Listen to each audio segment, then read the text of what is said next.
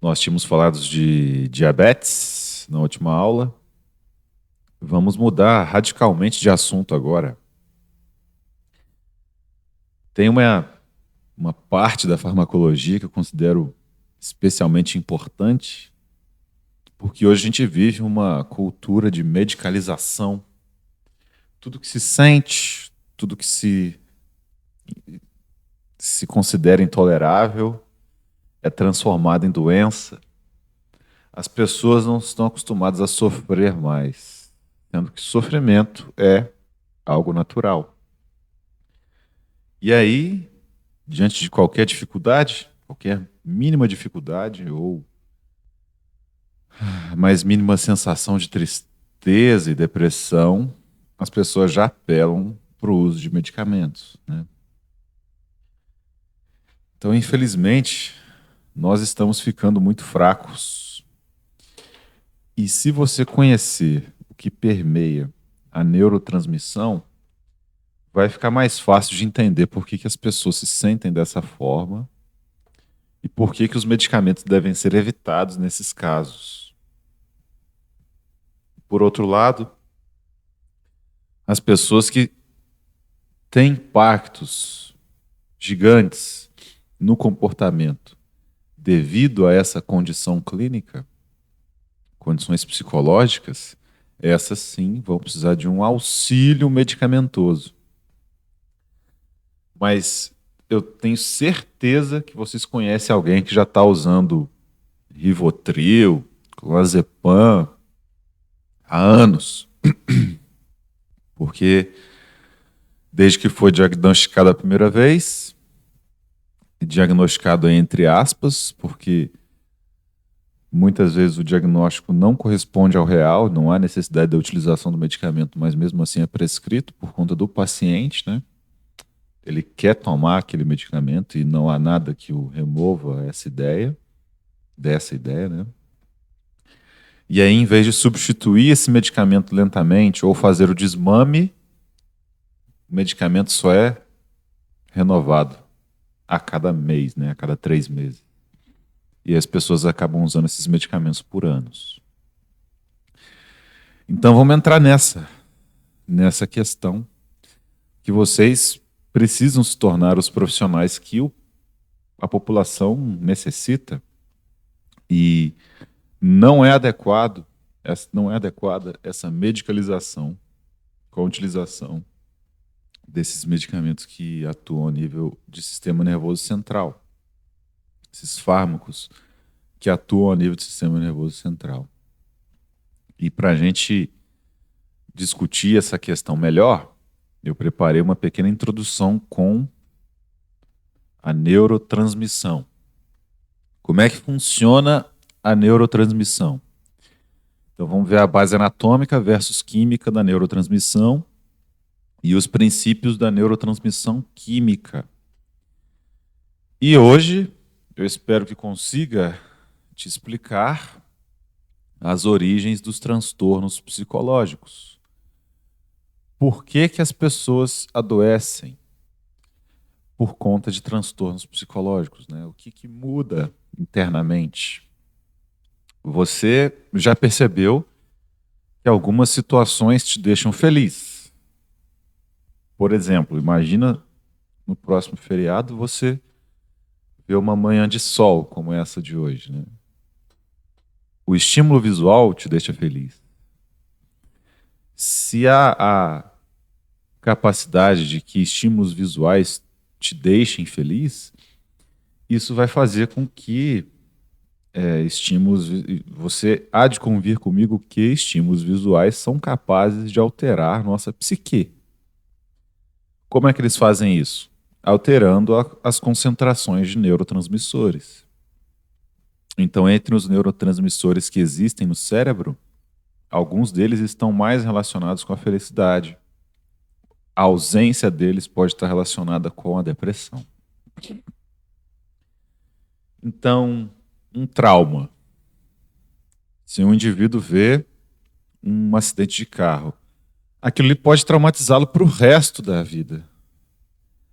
Porque essa mudança da concentração de neurotransmissores também muda a expressão gênica dos neurônios.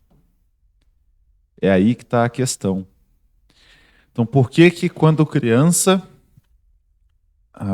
criança experimenta situações incomuns, abuso sexual, por exemplo, e ela vai carregar aquele trauma para o resto da vida? Porque a concentração de neurotransmissores foi alterada e os neurotransmissores são sinalizadores químicos. Lá na bioquímica, vocês viram que existem proteínas de membrana nas nossas células, né? Essas proteínas de membrana são capazes de desencadear sinais internos nas nossas células. Então, se aqui eu tenho uma fenda sináptica, por exemplo, e aqui um neurônio que se comunica com outro neurônio e passa esse impulso nervoso adiante, lá embaixo, então ele está se conectando com outros neurônios. Quando os neurotransmissores são liberados aqui, eles influenciam o neurônio pós-sináptico, que é esse daqui. Então, serotonina sendo liberada na sinapse, serotonina interagindo com seus receptores, abertura de canais de sódio. Quando o sódio entra na membrana plasmática, pela membrana plasmática do neurônio pós-sináptico, vai existir uma despolarização. Essa despolarização da membrana é que é responsável pela passagem do impulso nervoso. Aí a serotonina, que foi um estimulante aqui, vai ser liberada lá por esse neurônio também, e assim sucessivamente, né? Quimicamente, o cérebro inteiro vai ficar repleto de serotonina. Felicidade. Então, para que essa serotonina comande a liberação de mais serotonina lá na fenda pós-sináptica, esse núcleo, esse genoma do neurônio pós-sináptico, precisa coordenar a síntese de mais serotonina, que será empacotada, enviada para lá. Então, uma série de enzimas, fatores de transcrição, estão operando aqui no neurônio, coordenados pelo genoma, pelo DNA. Os traumas, como é o que eu expliquei, podem fazer com que a concentração química das sinapses mude. Consequentemente, os sinalizadores de membrana irão alterar o funcionamento de enzimas e fatores de transcrição. Irão alterar o genoma dos neurônios. Mais do que simplesmente a despolarização de membranas para passar o impulso, os neurotransmissores são comunicações entre os genomas dos neurônios. Então é assim que um trauma pode ser carregado pela vida inteira. A princípio, você não consegue entender o que está acontecendo, porque é muito estranho, né? Como é que um acidente, por exemplo, experimentado na infância, deixa a pessoa com medo de altura para o resto da vida? Ora, em algum momento foi alterada a composição química das sinapses. Isso alterou o genoma desses neurônios. E aí, cada vez que aquela imagem de uma altura, né, quando o indivíduo se vê num lugar alto, tornam-se a ser liberados nas sinapses neurotransmissores relacionados com aquela condição. E aí o indivíduo revive aquele trauma novamente, fica ansioso, fica deprimido e etc. Então, se esses genomas podem ser mudados para o bem, quando você vê um final de semana ensolarado, eles também podem ser mudados para o nosso mal. E é aí que os fármacos entram em ação. Porque, infelizmente, nós não conseguimos interferir diretamente no genoma. Mas nós podemos alterar a concentração de neurotransmissores que fica aqui na fenda sináptica. Esses neurotransmissores, quando liberados, eles são recaptados. O corpo não gasta energia à toa. Então, essa liberação de serotonina é seguida de uma reabsorção de serotonina, por exemplo. Existem fármacos que impedem essa reabsorção.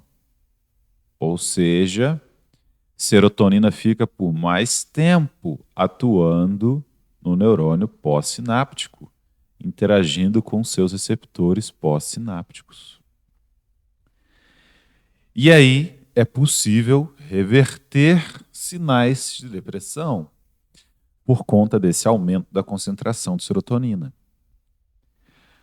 Quer ver um exemplo excelente disso, para que você não se esqueça mais? É a fluoxetina, que é muito utilizada.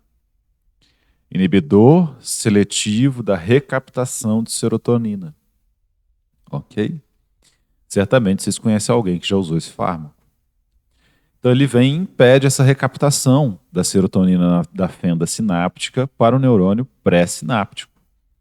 Essa serotonina recaptada será novamente acumulada numa vesícula e armazenada para o posterior uso. E é assim que o fármaco atua, impedindo a sua recaptação.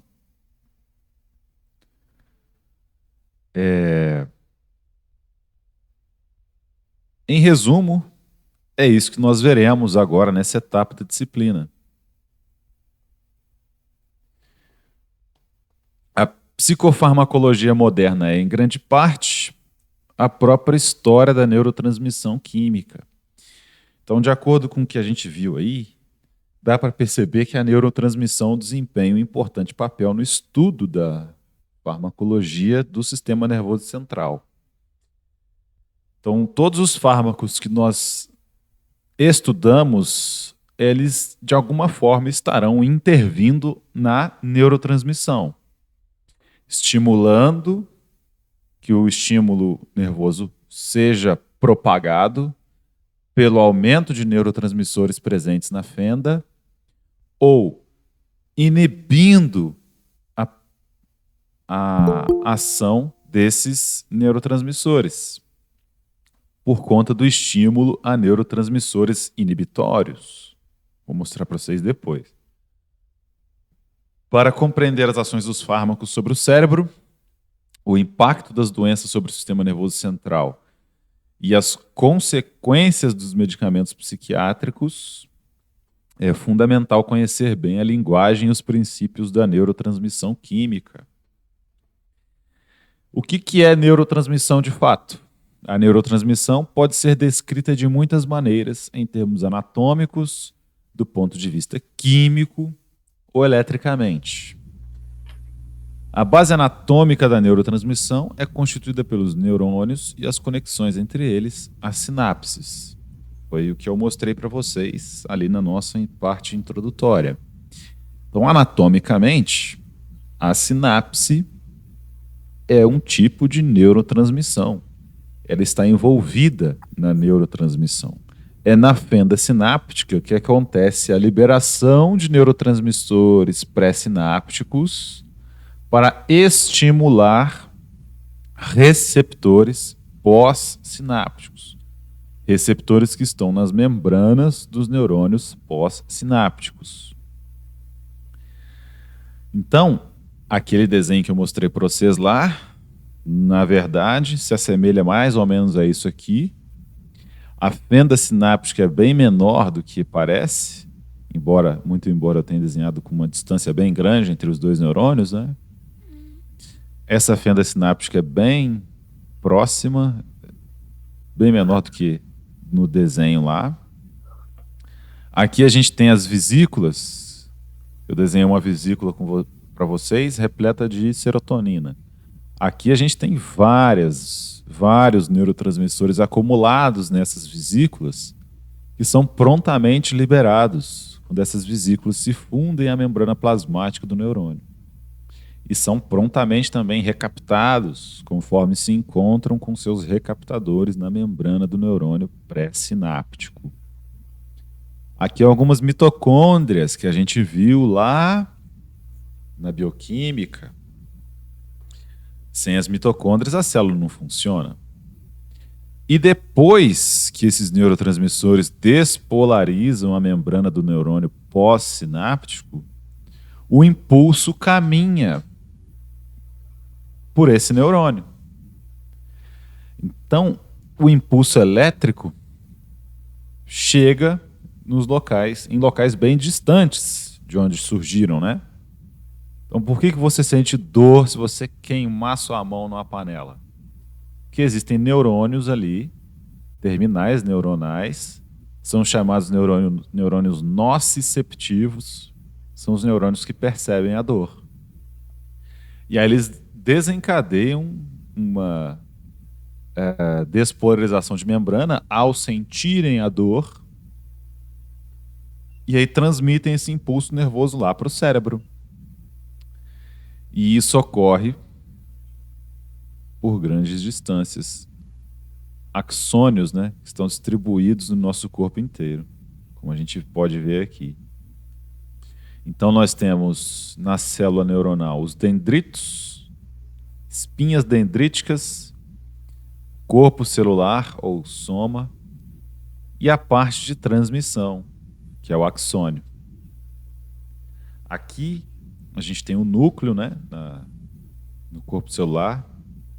Esse núcleo comanda a síntese de neurotransmissores, comanda o posicionamento de receptores de membrana lá nos dendritos. Então, eles que vão receber o estímulo de outros neurônios, tudo depende da quantidade de receptores de membrana posicionados na membrana plasmática desse neurônio pós-sináptico. Se chegar um neurotransmissor aqui e não tiver receptor para ele, a informação vai passar? Não vai. Então, tudo isso é coordenado pelo genoma que temos aqui dentro. E isso pode ser alterado. Pode ser alterado por experiências. Essa é a questão. As vesículas contendo neurotransmissores, então elas viajam aqui do corpo celular até lá a extremidade do axônio, para que sejam liberadas. Isso é feito pelas proteínas motoras. Procure posteriormente no YouTube as proteínas motoras que vão carregando essas vesículas. Ok? Essa, então, é a sinapse ampliada, e aqui está o resumão para vocês. A sinapse foi conceitualmente ampliada aqui para mostrar as estruturas especializadas que possibilitam a ocorrência de neurotransmissão química. Então, a gente tem essa questão anatômica da sinapse, e essa anatomia permite a neurotransmissão química. Os neurotransmissores químicos são armazenados em pequenas vesículas, prontas para a liberação e resposta à descarga do neurônio pré-sináptico. Então, de acordo com o impulso nervoso que chega aqui no terminal axônico, essas vesículas são fundidas com a membrana e liberam neurotransmissores. A fenda sináptica é o espaço entre o neurônio pré-sináptico e o neurônio pós-sináptico. Ela contém proteínas, elementos de sustentação e formas moleculares de cola para reforçar a conexão entre os neurônios. Os receptores, elementos essenciais da neurotransmissão química, estão presentes em ambos os lados dessa fenda. Então, além dos receptores pós-sinápticos que eu mostrei para vocês, existem receptores pré-sinápticos também, na membrana do neurônio pré-sináptico. Então, apesar da neurotransmissão clássica ser estudada por meio da influência dos neurotransmissores que são liberados no neurônio pré-sináptico em relação aos receptores pós-sinápticos, pode existir uma neurotransmissão retrógrada, uma neurotransmissão que acontece do neurônio pós-sináptico para o neurônio pré-sináptico também. Ok? É o caso do receptor endocannabinoide. Acontece dessa forma. E ainda está sob estudo, né? Princípios, então, da neurotransmissão química. Agora que a gente já viu a anatomia, vamos ver como é que os compostos químicos funcionam. Esses compostos químicos são os neurotransmissores. Há pouco mais de uma dúzia de neurotransmissores conhecidos ou de existência suposta no cérebro. Vejam como esse campo é complexo. Para os psicofarmacologistas, é particularmente importante conhecer os 6 principais sistemas de neurotransmissores que são alvos das substâncias psicotrópicas. Quais são os 6?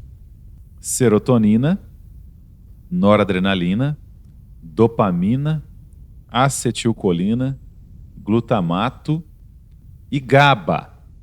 GABA é o ácido gama-aminobutírico. Entre os neurotransmissores aqui descritos, GABA é um neurotransmissor inibitório. Então, vamos fazer de novo aqui a fenda sináptica. Como é que o GABA funciona? Se ele é um neurotransmissor inibitório, ele vai inibir a transdução de sinal. Então, quando o GABA é liberado na fenda sináptica, ele interage com canais de cloreto. Ao interagir com o receptor pós-sináptico, abrem-se poros específicos para a entrada de cloreto, Cl-. Entrando o cloreto, o que acontece? Aqui dentro fica muito negativo. E como o cloreto saiu aqui da fenda sináptica, ao deixar a fenda sináptica, o lado de fora vai ficar muito positivo. A gente chama isso de hiperpolarização da membrana. Se hiperpolarizou a membrana, qualquer outro neurotransmissor que chegar aqui e encontrar com seu receptor pós-sináptico, não conseguirá despolarizar a membrana para que ocorra a transmissão do impulso nervoso. O primeiro exemplo que eu mandei para vocês, que eu falei com vocês, é o da serotonina, que estimula seus receptores pós-sinápticos, abre canais de sódio, despolariza a membrana e aí pode passar por meio dessa despolarização, um impulso nervoso. Se essa membrana estiver hiperpolarizada, isso não vai acontecer. E essa é a função do GABA, hiperpolarizar essa membrana. Nós temos medicamentos que atuam no próprio receptor do GABA, só que num local diferente de ligação do GABA. Então o GABA vem e interage com esse receptor aqui. Os benzodiazepínicos, eles se ligam a esse mesmo receptor, só que num local diferente do GABA. E aí eles aumentam a afinidade do receptor pelo GABA. Então quando um Rivotril está aqui atuando, ele permite que o GABA promova a entrada de muito mais cloreto. Porque ele, ao se ligar ao receptor pós-sináptico, estimula, potencializa a neurotransmissão GABAérgica. E aí, qual que é o efeito disso? Já que o GABA é um neurotransmissor inibitório que impede a passagem dos impulsos nervosos, há um efeito depressor do sistema nervoso central. Então, eu consigo controlar crises de ansiedade, por exemplo. O que é a ansiedade? São neurotransmissores aqui que estão estimulando os neurônios, provocando a ansiedade. Se eu estimular, então, a neurotransmissão inibitória, a neurotransmissão GABAérgica, eu consigo diminuir essa transdução de sinais, interromper esses sinais. E aí, ao interromper esses sinais, os sinais deixam de estimular outros neurônios e o paciente consegue voltar à normalidade. Sabe como é que você não vai esquecer mais o papel do GABA no nosso sistema nervoso central? O usuário de maconha, ele perde esse efeito GABAérgico. Então é como se o usuário de maconha não tivesse mais o GABA atuando. E aí qualquer coisa que seja engraçada vai conseguir despolarizar a membrana e promover a transdução do sinal, a passagem do sinal. Então ele acha tudo engraçado. Vocês já viram o comportamento desses usuários, né? Se ele ficar triste, meu amigo, isso aí é um problema também. Porque ele vai experimentar um episódio de depressão. Porque o GABA atua como um limitador das nossas emoções. Então, quer queira, quer não, felicidade ou tristeza, o GABA está lá para ajudar a gente a não sentir de forma muito grande os efeitos dessas emoções.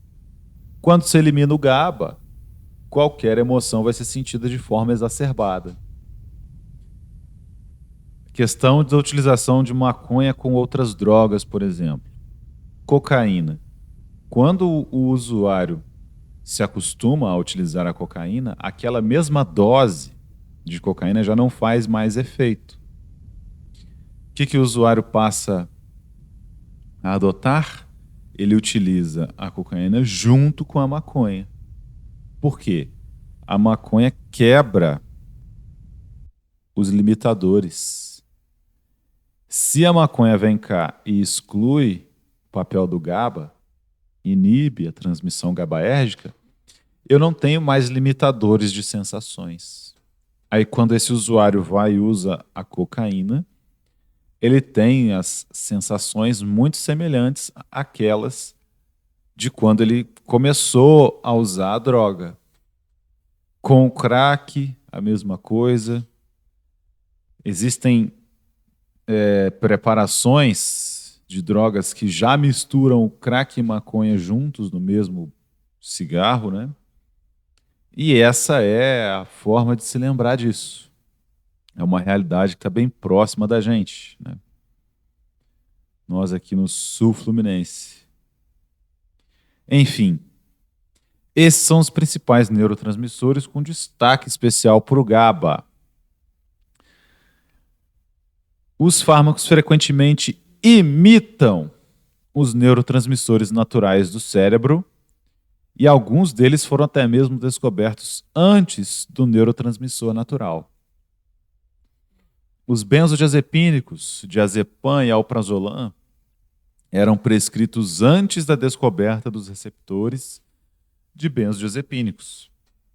Os antidepressivos, amitriptilina e fluoxetina, passaram a ser usados na prática clínica antes da elucidação molecular do sítio transportador da serotonina. Vejam que interessante. Isso ressalta o fato de que a maioria das substâncias que atuam no sistema nervoso central exerce sua ação no processo de neurotransmissão. Então, ou o fármaco imita, ou ele potencializa, ou ele inibe a neurotransmissão de alguma forma. Com efeito, isso aparentemente ocorre às vezes de modo a imitar as ações do próprio cérebro, quando este utiliza suas próprias substâncias químicas. Então vejam como nós somos bem simples, né? No que diz respeito à farmacologia do sistema nervoso central. A gente só consegue imitar o que já existe. Não dá para fazer grandes alterações a nível cerebral pelo fato do conhecimento que temos disponível agora, né? E a complexidade que é o próprio sistema nervoso central. Então a gente só consegue imitar o que já existe, o que a gente já acha que conhece. Vocês viram que esses medicamentos eram utilizados mesmo antes de conhecer os receptores, os transportadores, etc. E mesmo assim já faziam efeito. Tamanha a nossa ignorância no que diz respeito ao comportamento do cérebro. Essa aí é a neurotransmissão sináptica clássica. Na neurotransmissão sináptica clássica, a estimulação de um neurônio pré-sináptico por neurotransmissores, por luz, por substâncias, por hormônios, por impulsos nervosos, faz com que os impulsos elétricos sejam enviados ao seu terminal axônico. Então, da nossa pele, por exemplo, nós temos essas terminações dendríticas do corpo celular dos neurônios. O tato. O tato é uma espécie de estímulo. Então, quando você toca aí o mouse do seu computador, são liberados aqui impulsos nervosos. Abrem-se canais de sódio, despolariza a membrana. Essa despolarização chega até o neurotransmissor, até o axônico, o terminal axônico, o que libera neurotransmissores que estimula outros neurônios, e aí essa informação chega ao cérebro, de que você está lá utilizando o mouse. Só que isso acontece tão rápido e de forma tão comum que a gente já até se esqueceu disso, né? Esses impulsos elétricos convertem-se em mensageiros químicos, que são os neurotransmissores, que são liberados para estimular os receptores do neurônio pós-sináptico. Assim, embora a comunicação dentro de um neurônio possa ser elétrica, a comunicação entre neurônios é química. Então, dentro do neurônio, a despolarização de membrana é um impulso elétrico. Agora, a comunicação entre dois neurônios, ela é química, por meio dos neurotransmissores. Por isso que vocês fizeram bioquímica antes da farmacologia. E aí, por que é difícil tratar essas doenças? Por que essa medicalização assusta as pessoas, né? Hipermedicalização desses problemas psiquiátricos? Porque no cérebro humano, 100 bilhões de neurônios fazem milhares de sinapses com outros neurônios para algo em torno de 1 trilhão de sinapses de neurotransmissão química. 1 trilhão. E aí você utiliza, por exemplo, o clonazepam, que é um estimulante do GABA, como eu expliquei para vocês anteriormente. Então ele vai se ligar aos receptores pós-sinápticos do GABA, que é um neurotransmissor inibitório, e aumentar a afinidade do GABA em relação a esses receptores. Então, mais cloreto vai entrar nos neurônios. Hiperpolarização da membrana. Um efeito depressor do sistema nervoso central. Esse efeito pode ser benéfico? Em alguns casos, sim. Mas imagina quais as possibilidades desse efeito neurodepressor nesses 1 trilhão de sinapses de neurotransmissão química. Podem estar sendo desencadeadas respostas a nível genético que não são esperadas. Então, em relação à utilização desses fármacos, sempre há um risco. Nem todos os pacientes são informados desses riscos quando começam o tratamento. Então, quando você ler a bula da fluoxetina hoje, mais tarde, depois da aula, você pode ver os efeitos adversos que ela causa. E na hora que ela é prescrita, ninguém fala nisso. A própria fluoxetina pode causar ideação suicida. Mas ela não é usada para depressão, professor? Sim. Mas essas alterações de neurotransmissão são completamente complexas. Então, Então não dá para prever como que ela vai funcionar naquele indivíduo especificamente. A família é alertada, fica de olho no paciente que está usando fluoxetina? Não, ele simplesmente vai lá, pega a prescrição, compra o remédio e vai para casa. E aí, se aconteceu alguma coisa? Ah, mas é porque ele realmente estava deprimido. Não é culpa do medicamento. E esses medicamentos matam, sim, viciam. E ao viciar o indivíduo, temos outro problema, porque é como se ele fosse um usuário de crack. A diferença é que essas drogas aqui têm uma composição conhecida, mas podem predispor a problemas como Parkinson, Alzheimer. Ninguém, na hora que vai comprar o seu neurotransmissor, o seu benzodiazepínico, lá, o seu Rivotril, que usa todo dia para dormir, quando esse paciente chega na farmácia para comprar o medicamento, né, e você informa dessas questões para ele, se ele te perguntar, é óbvio, ninguém sabe que a utilização a longo prazo de Rivotril pode predispor ao Alzheimer, ao Parkinson, a doenças neurodegenerativas.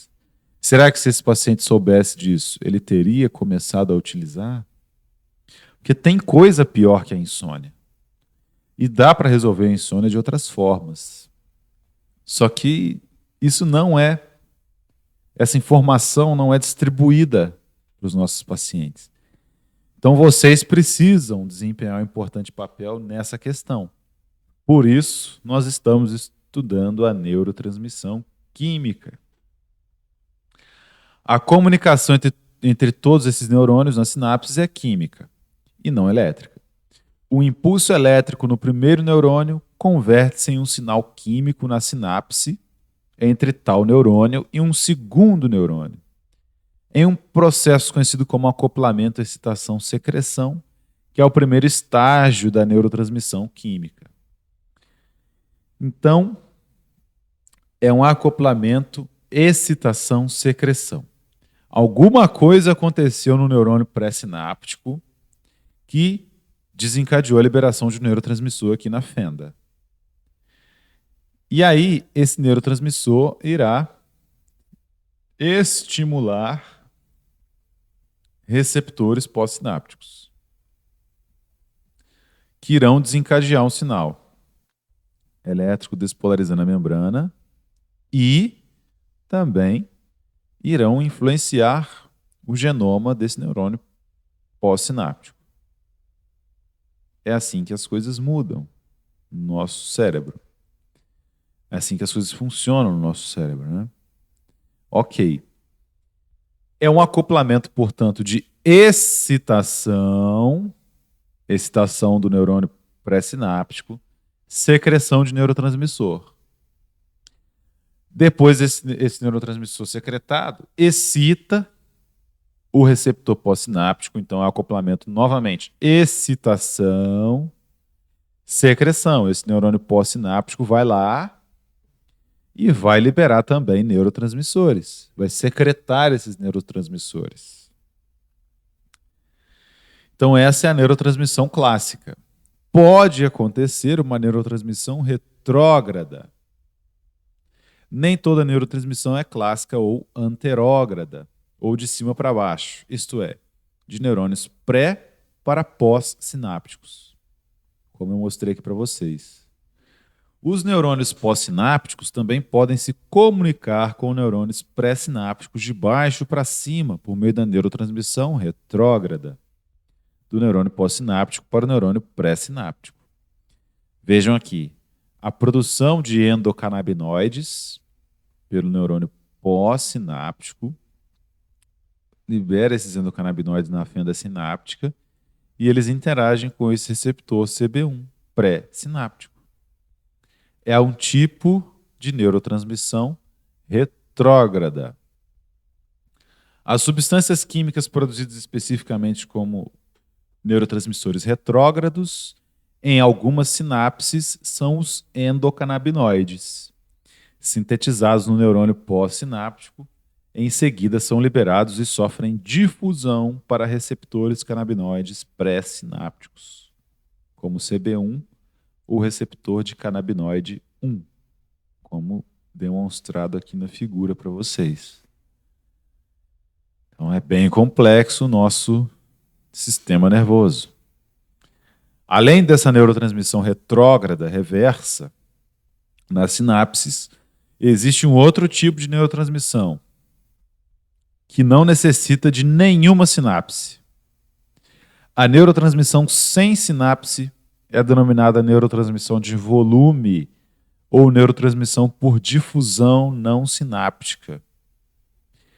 Então vejam aqui um neurônio liberando dopamina, naquele esquema clássico nosso.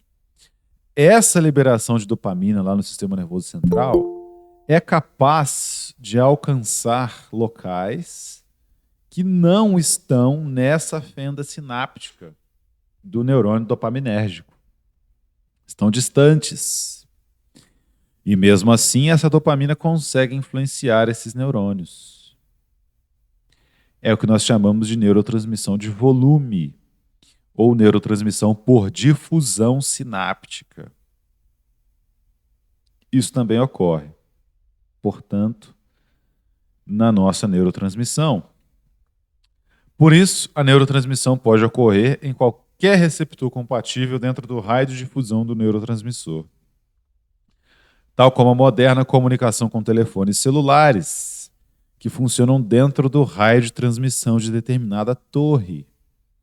Então é como se esse neurônio dopaminérgico aqui fosse uma torre e cada vez que ele recebe o sinal, ele influencia vários outros neurônios que não estão próximos, conforme descrito na neurotransmissão clássica. Estão distantes, mas são influenciados. Esse conceito faz parte do enfoque químico do sistema nervoso. A neurotransmissão aqui ocorre em jatos químicos. Jatos químicos. Consequentemente, o cérebro não é apenas um conjunto de fios, mas também uma sofisticada sopa química. Aí vai o paciente usar o clonazepam, o diazepam. O que será que ele vai alterar aqui nessa sopa química? Muito ou pouca coisa? Muita coisa. Coisas que a gente nem conhece ainda. E essa é a predisposição que esse paciente adquire quando usa esses fármacos por muito tempo, conforme nós estamos acostumados a ver. Na minha época de estágio, quando ia para o UBS, a gente sabe que esses medicamentos devem ser usados por 6 a 8 meses, no máximo, do máximo, do máximo, do máximo. Depois fazer o desmame e parar de usar. Você encontra pessoas que usam entre 6 e 8 anos, 12 anos, 20 anos usando clonazepam. E para que haja um aumento da predisposição ao Alzheimer ou a doenças neurodegenerativas, o paciente não precisa usar todo dia, não. Se ele usar todo dia, é óbvio que essa influência aumenta de probabilidade. Mas usando aí por 6 anos, 8 anos, as probabilidades já aumentaram bastante nesses casos. Então, quando a gente vê aí um acréscimo do número de pessoas com doenças neurodegenerativas, será que isso não se deve à utilização desses medicamentos? Fica essa questão no ar. Um bom exemplo de neurotransmissão de volume é fornecido pela ação da dopamina no córtex pré-frontal. Nessa região, existem poucas bombas de transporte de recaptação de dopamina para interromper a ação da dopamina liberada no córtex pré-frontal durante a neurotransmissão. Por isso, quando a neurotransmissão dopaminérgica ocorre, a dopamina está livre para se espalhar e difundir-se para receptores adjacentes, estimulando-os, embora não haja nenhuma sinapse nesses locais de extravasamento. Não tem sinapse, mas tem membrana de neurônio pós-sináptico, entre aspas, né, de neurônios que estão ali presentes, que acabam sendo influenciados por essa dopamina, mesmo que não haja uma sinapse naquele local. Acoplamento, excitação, secreção, que nós já comentamos. Está aqui o resumão para vocês. Ocorre quando os impulsos elétricos abrem canais iônicos, tanto canais de sódio sensíveis à voltagem, quanto canais de cálcio sensíveis à voltagem. Então, quando ocorre o acoplamento da neurotransmissão, que pode acontecer por estímulos como luz, hormônios ou outros neurotransmissores, quando esses neurotransmissores se acoplam aos seus receptores pós-sinápticos e ocorre a excitação, isso é seguido da secreção. Essa excitação abre canais de sódio sensíveis à voltagem ou abrem canais de cálcio. Percebam que são dois cátions. E assim ocorre a despolarização da membrana.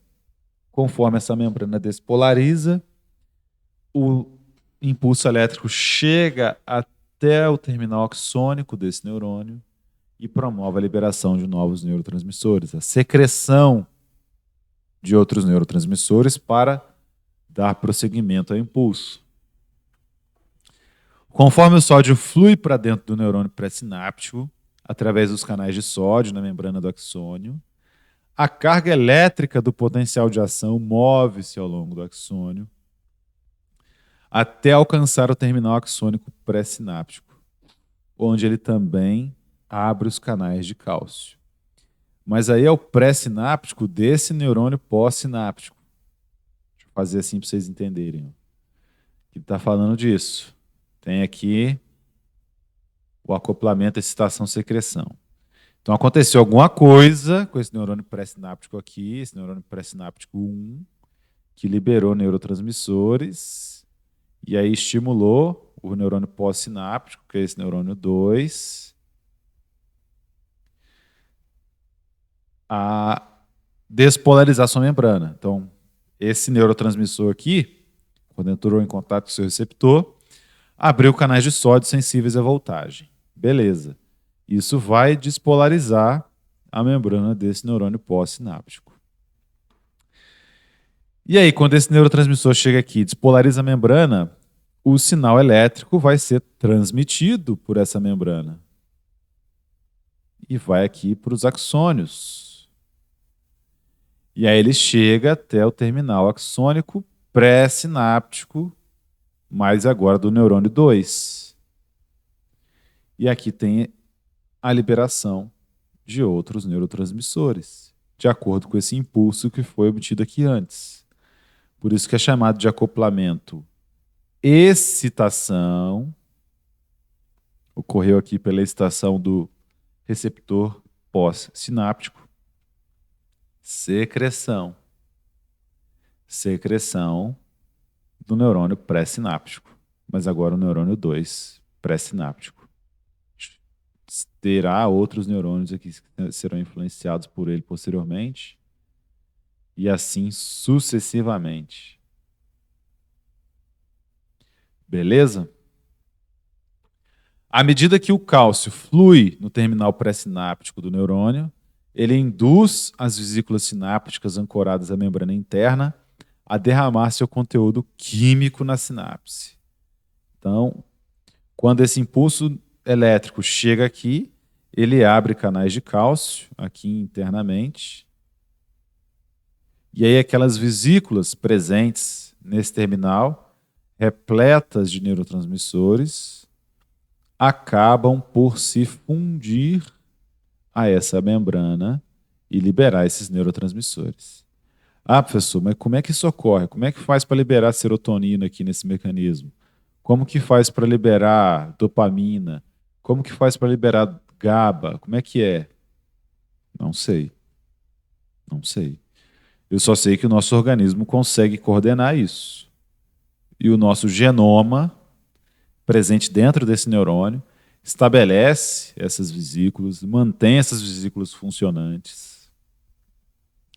E aí elas são liberadas conforme a necessidade. O caminho para a comunicação química é preparado pela síntese prévia do neurotransmissor e seu armazenamento no terminal axônico pré-sináptico do primeiro neurônio. Tá vendo como que o genoma atua? Síntese prévia do neurotransmissor e seu armazenamento. E se o trauma que esse indivíduo experimentou, que o indivíduo experimenta quando criança, altera essa síntese, altera fatores de transcrição, altera a epigenética dos neurônios daquele indivíduo, por meio desses estímulos que foram obtidos naquela etapa de crescimento. E aí, nós temos um paciente que, ao longo do restante da vida inteira, não sintetiza mais a mesma quantidade de neurotransmissor ou não consegue armazenar esse neurotransmissor corretamente. E aí isso predispõe à depressão, à ansiedade. É assim que os traumas vão influenciando a vida dos pacientes, até mesmo a vida inteira dos pacientes, né? Traumas que não podem ser superados. Resumindo, a neurotransmissão química constitui o fundamento da psicofarmacologia. Existem muitos neurotransmissores e todos os neurônios recebem impulsos de uma série de neurotransmissores na neurotransmissão pré-sináptica clássica para a neurotransmissão assimétrica pós-sináptica. A neurotransmissão pré-sináptica para a pós-sináptica, no trilhão de sinapses do cérebro, constitui a base da neurotransmissão química. Porém, algumas neurotransmissões são retrógradas, do neurônio pós-sináptico para o neurônio pré-sináptico, enquanto outros tipos de neurotransmissão, como a de volume, não necessitam de sinapse. Veja a complexidade do cérebro. A gente costuma ver sempre a clássica, mas ainda tem a retrógrada e a que não precisa de sinapse.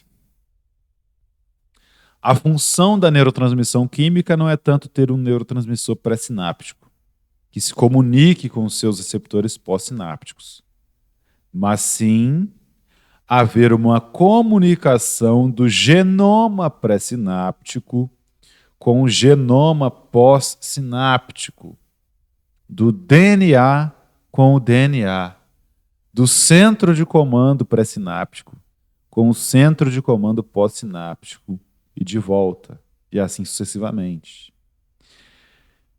A gente tende a simplificar para ensinar o acoplamento estação-secreção. Então, liberou, excitou, estimulou, abriu o canal de sódio, passou impulso elétrico, liberou, pá. Simples, né? Muito simples, mas não. Os genomas desses neurônios que pertencem ao sistema nervoso central estão se comunicando. E isso é um problema para a utilização desses fármacos que atuam no sistema nervoso central. Que não dá para saber o quanto, ou como, ou porquê esses fármacos interferem nesses mecanismos. É por isso que a utilização desses medicamentos tem que ser acompanhada pelos familiares, etc. Podem desencadear efeitos completamente descontrolados. Não se trata apenas de receber mensagem e enviar mensagem, quando se discute a neurotransmissão. Outras vias bioquímicas são acionadas após a interação com neurotransmissores. Então, ocorre a entrada de sódio, a despolarização da membrana, mas outras rotas bioquímicas internas do neurônio pós-sináptico também são acionadas. Por quê? Porque se eu estou liberando um impulso que está relacionado, por exemplo, com a liberação de serotonina, eu tenho que sintetizar mais serotonina. Parte dessa serotonina será recaptada? Sim, mas parte será degradada lá na fenda sináptica. Então não dá para eu só estimular a liberação lá no terminal axônico. Eu tenho que estimular o núcleo, o DNA, o centro de comando, o genoma pré-sináptico, para produzir mais serotonina. E isso, consequentemente, tem efeitos em outras partes do metabolismo do neurônio. E se tem efeito para o bem, como o aumento da síntese, né, de serotonina, que é o neurotransmissor da felicidade, por que não pode ter efeito para o mal? De acordo com a resposta que é encontrada ali na sinapse que estimulou esse neurônio. Então essa é a explicação dos grandes traumas, meus amigos. Deve ficar bem claro que a neurotransmissão não termina quando um neurotransmissor se liga a um receptor, ou até mesmo quando fluxos de íons foram alterados, despolarizando a membrana. Todos esses tipos de eventos começam e terminam em milissegundos e segundos após a liberação do neurotransmissor pré-sináptico. A meta final da neurotransmissão consiste em alterar as atividades bioquímicas do neurônio-alvo pós-sináptico de maneira profunda e duradoura. Por isso, os tratamentos psicológicos podem ser tão demorados. Por isso que as pessoas demoram para sair da fossa com o coração partido. Você já viu uma pessoa que está na fossa, né? Depois que ela tenha uma desilusão amorosa, vejam o tempo que ela demora para se recuperar. Isso não é por acaso. Aquele genoma, aquele centro de comando presente no núcleo dos neurônios, tem que alterar aquela condição com a qual esse indivíduo estava acostumado lentamente.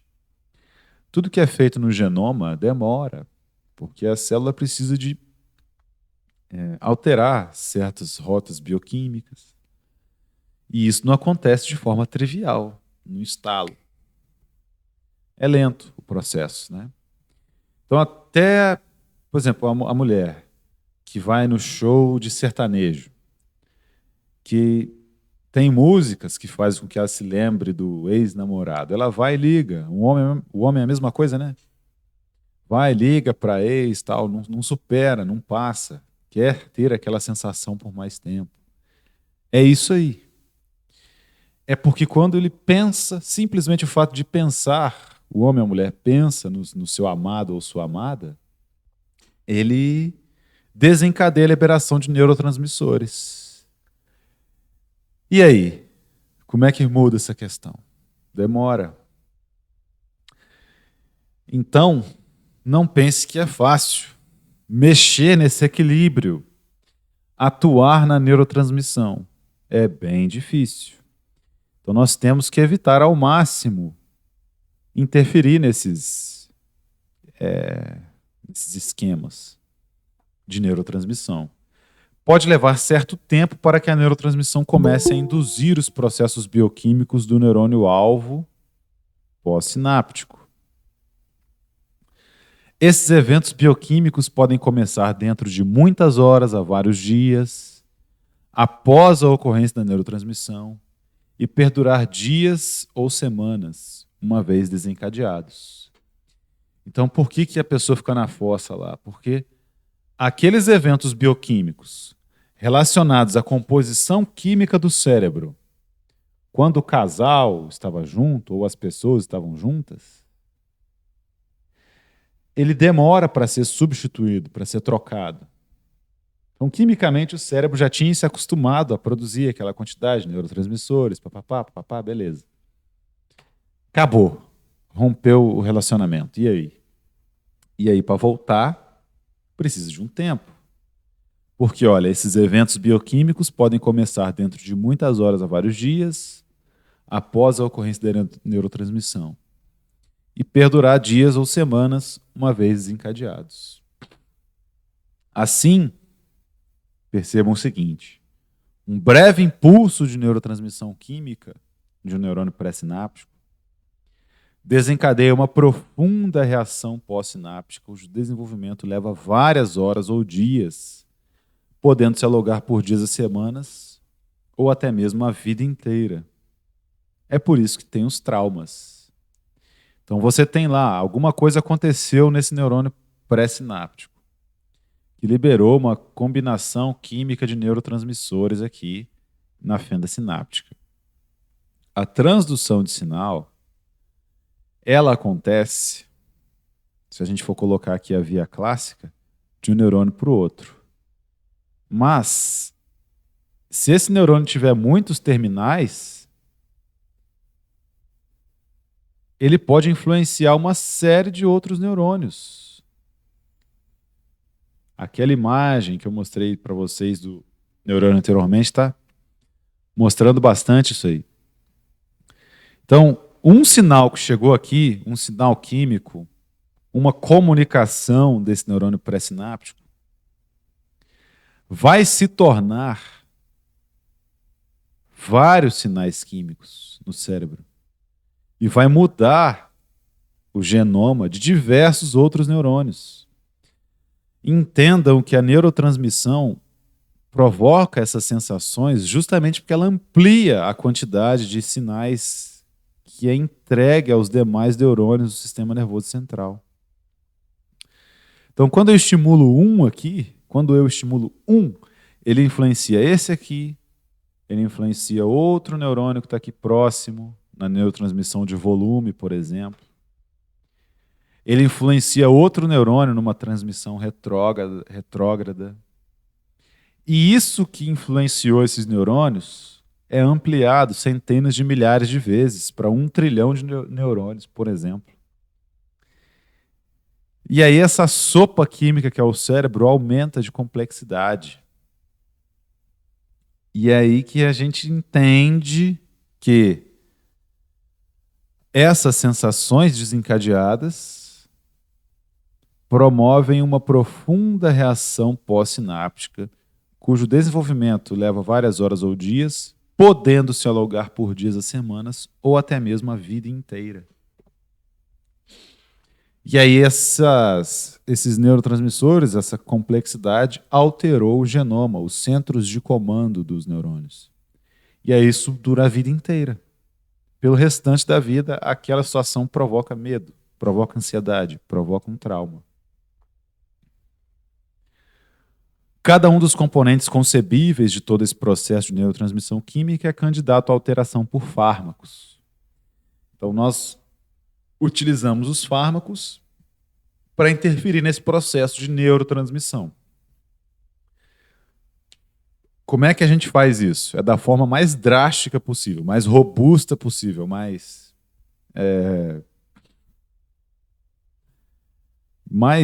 grosseira possível. Os psicofármacos atuam, em sua maioria, sobre os processos que controlam a neurotransmissão química nos próprios neurotransmissores, em suas enzimas e, particularmente, em seus receptores. Então, de forma grosseira, a gente vai imitar os neurotransmissores.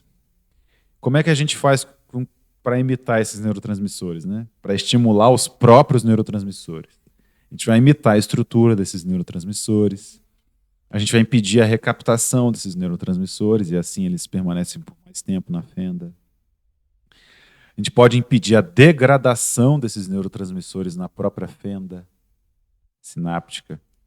E a gente pode estimular que esses neurotransmissores se liguem por mais tempo nos seus receptores pós-sinápticos também, que é o caso dos benzodiazepínicos. Então é uma forma muito grosseira, porque a gente está atuando só na ponta do iceberg. Agora, e o que esse receptor, ao ser estimulado, pós-sináptico, ao ser estimulado, desencadeia lá na bioquímica do neurônio, no genoma do neurônio, que é o corpo do iceberg que está embaixo d'água? Aí a gente não sabe o que faz. É por isso que esses medicamentos têm uma série de restrições. É por isso que são medicamentos controlados, de venda restrita. Porque se você liberar um trem desse da população como um todo, não dá para saber o que vai acontecer. Sem dúvida alguma, os futuros psicofármacos atuarão diretamente sobre as cascatas bioquímicas. Então, esse é o desejo da psicofarmacologia, principalmente nos elementos que controlam a expressão dos genes pré- e pós-sinápticos.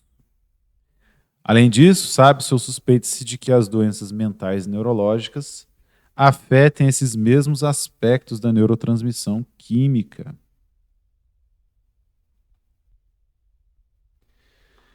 E vamos dar uma olhada agora na bula da fluoxetina, para a gente ver como é que é.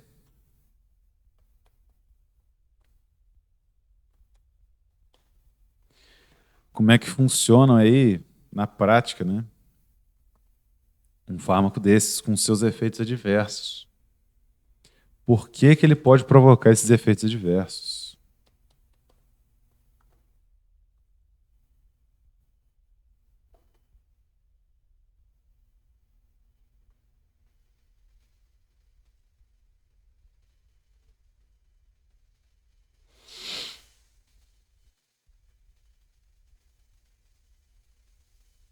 Dúvidas? Alguém aí usa esses remédios? Bom dia, Bom dia. Margarete. Oi, Bom, professor? Margarete. Tem 4 meses que eu estou tomando, vamos fazer dia 15, vamos fazer 5 meses que eu estou tomando Amitril. Amitriptilina. Por conta, isso, por conta das dores na coluna, eu estou afastada. E a explicação que o médico deu para mim é que ele ia relaxar o nervo e o Dorflex tiraria a dor. Sim. E eu, como profissional de saúde, conheço o comportamento de alguns pacientes, então venho trazendo até hoje só o Amitril como medicação nesse porte para o que eu tenho. Uhum.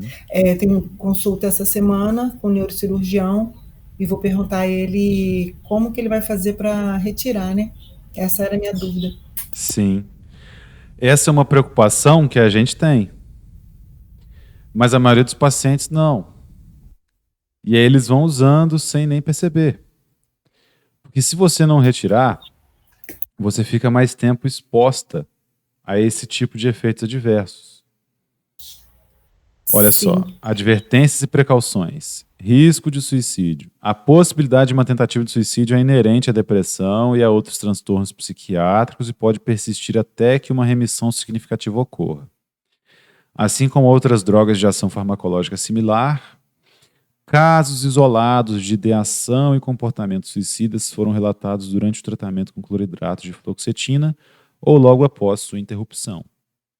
Então, isso aqui está em todas as bulas desses medicamentos, inclusive da amitriptilina também, se não me engano. A amitriptilina, o mecanismo de ação dela, também está relacionado com a serotonina. Eu acho que é um inibidor da recaptação de serotonina e noradrenalina. Então altera a concentração de neurotransmissores. Agora, como que isso vai acontecer depende de cada indivíduo. Então vejam que ele começa aqui, esse risco de suicídio, descrevendo que essa tentativa ocorre em diversos casos de depressão, que são diagnosticados como depressão. Só que foram relatados casos de ideação e comportamentos suicidas durante o tratamento com cloridrato de fluoxetina, ou logo após sua interrupção. Então, não necessariamente essas pessoas estavam deprimidas. Foi relatado durante o tratamento. Ou depois que parou de usar a fluoxetina. É o efeito rebote que a gente diz, né? Embora não tenha sido estabelecida uma relação causal entre cloridratos de fluoxetina e a indução de tais eventos, algumas análises realizadas a partir de um grupo de estudos de antidepressivos em transtornos psiquiátricos encontraram um aumento do risco para ideação ou comportamento suicida nos pacientes pediátricos e jovens adultos, ou seja, menores de 25 anos de idade, comparados ao placebo. Um acompanhamento mais próximo a pacientes de alto risco deve ser feito durante o tratamento. Então, se eu não informo isso para o paciente, que ao utilizar fluoxetina, amitriptilina, benzodiazepínicos, ele pode estar sujeito a esse tipo de risco. Se eu não informo a família, como é que a família vai perceber que o paciente passou a apresentar esse comportamento? Não percebe. E isso é ruim. Quem não entende, briga, piora a situação, né? Então, o medicamento que é usado para curar a depressão, em algum momento, ele pode causar depressão. E ele tem um efeito completamente oposto àquele que se pretende. Aí você tem uma família, por exemplo, que alguém usa esse fármaco. Acontece um tiroteio, sei lá, na vizinhança. Outros membros da família ficam nervosos. Vou te dar um. Aí dá uma fluoxetina lá para aquele outro membro da família que nunca usou nada. É uma dose só, ok. Mas será que ela não pode ser o início de um efeito que causará certa dependência? Imagens não podem causar traumas, eventos, pensamentos podem causar traumas. Que dirá como que esse trauma será causado diante do uso de um fármaco. Porque quaisquer alterações que surgem na neurotransmissão mudam os genomas dos neurônios. Essa que é a questão que eu não quero que vocês se esqueçam a respeito disso. Que se você assume essa premissa, que é verdadeira, de que a neurotransmissão, quando ocorre, não funciona apenas para fazer a transdução de sinal, ela também altera o genoma dos neurônios, você entende por que surgem os traumas.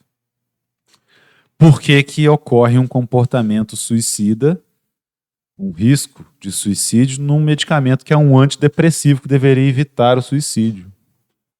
Porque os genomas dos neurônios mudam.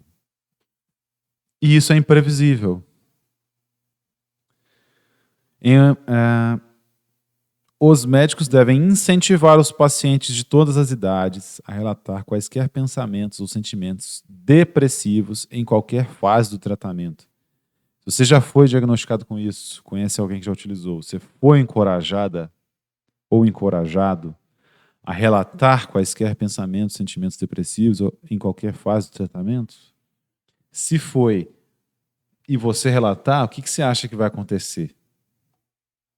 Em uma análise de estudos controlados em adultos com transtorno depressivo maior, os fatores de risco para suicídio com ambos, placebo e cloridrato de fluoxetina, foram os seguintes.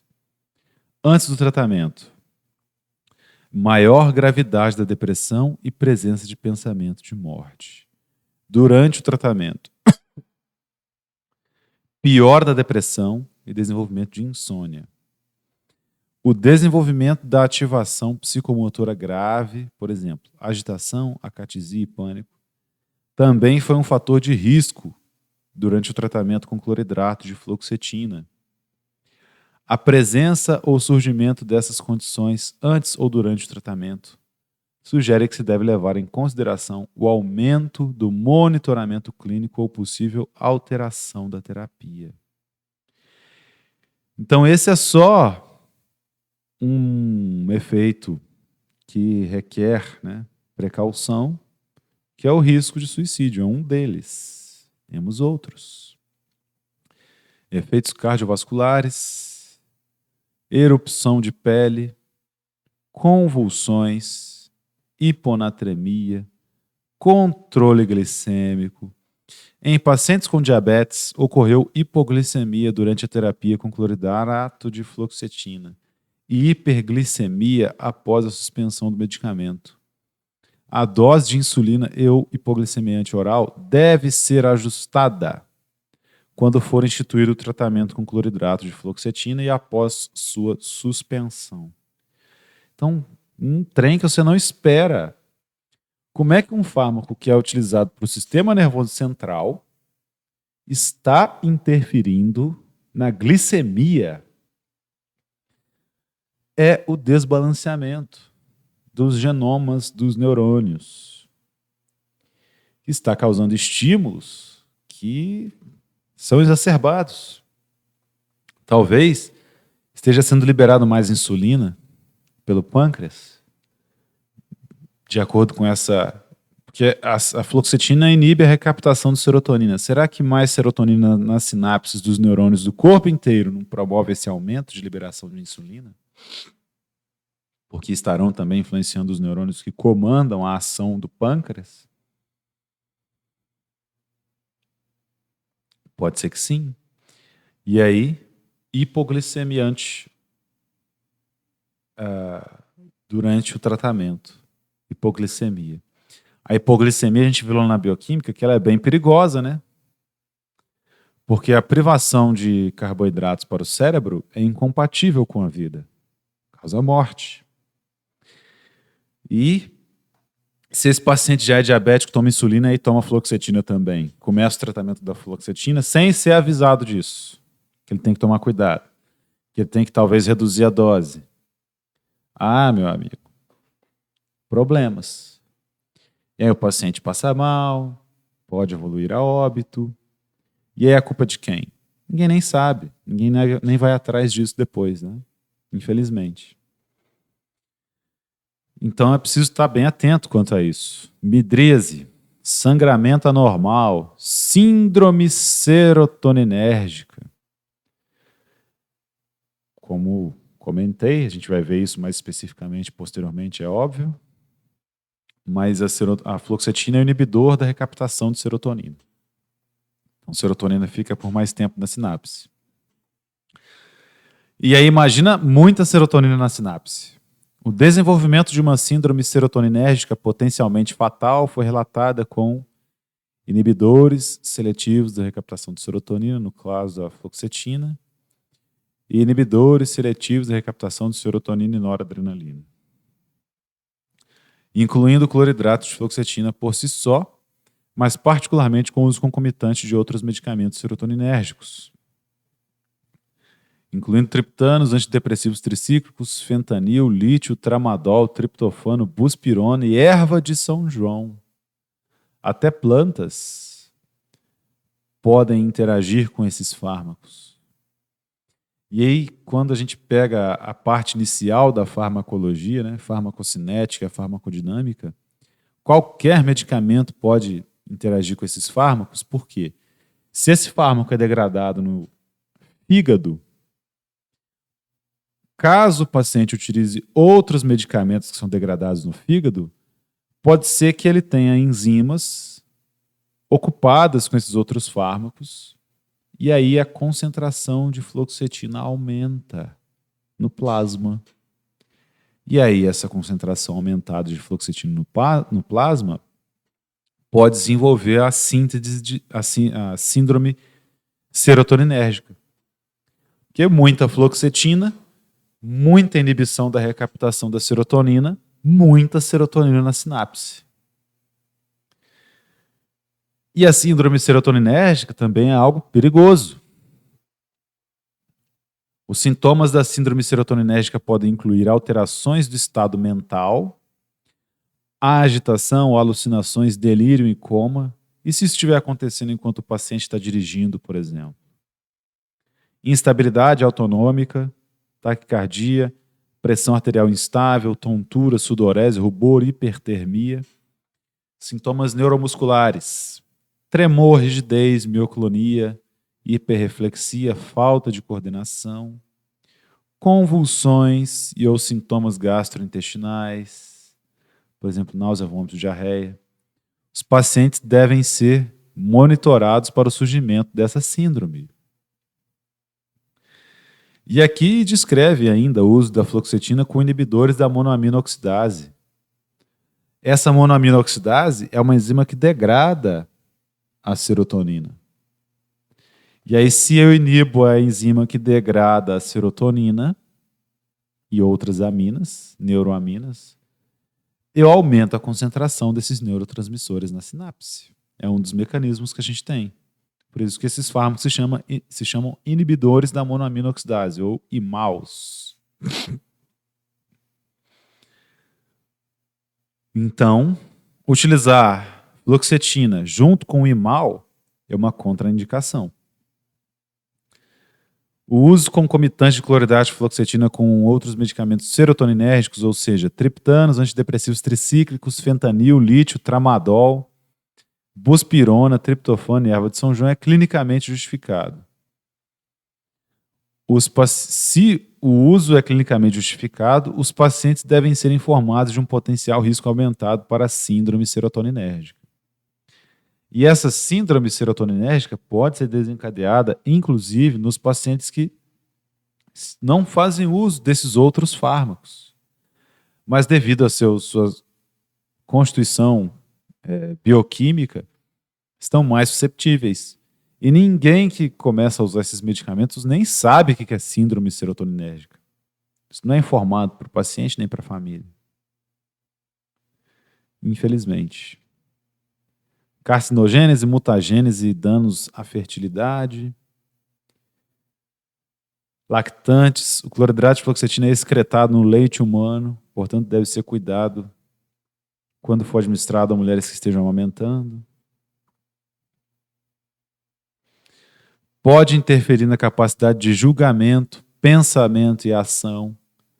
Portanto, os pacientes devem evitar dirigir veículos ou operar maquinário até que tenham certeza de que seu desempenho não foi afetado. Então vejam a série de contraindicações desses fármacos. Existem momentos em que são necessários? Sim.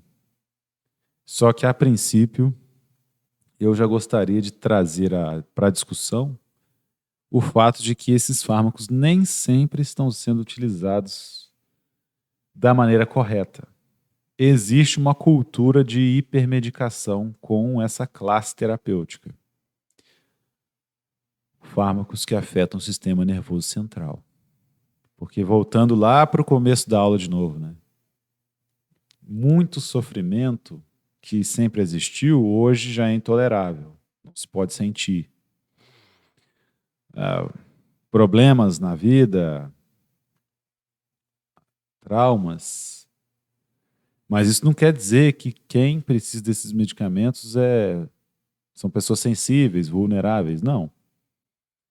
A questão é que parte da população que não precisa de auxílio médico, que tem que simplesmente se esforçar para mudar, não se esforça. E aí se escora nesses medicamentos. E isso é ruim. Beleza? Dúvidas, sugestões, comentários, fico à disposição de vocês. Sem dúvidas? Ficamos assim, então. Até semana que vem, se Deus quiser. Até. Bom dia. Bom dia.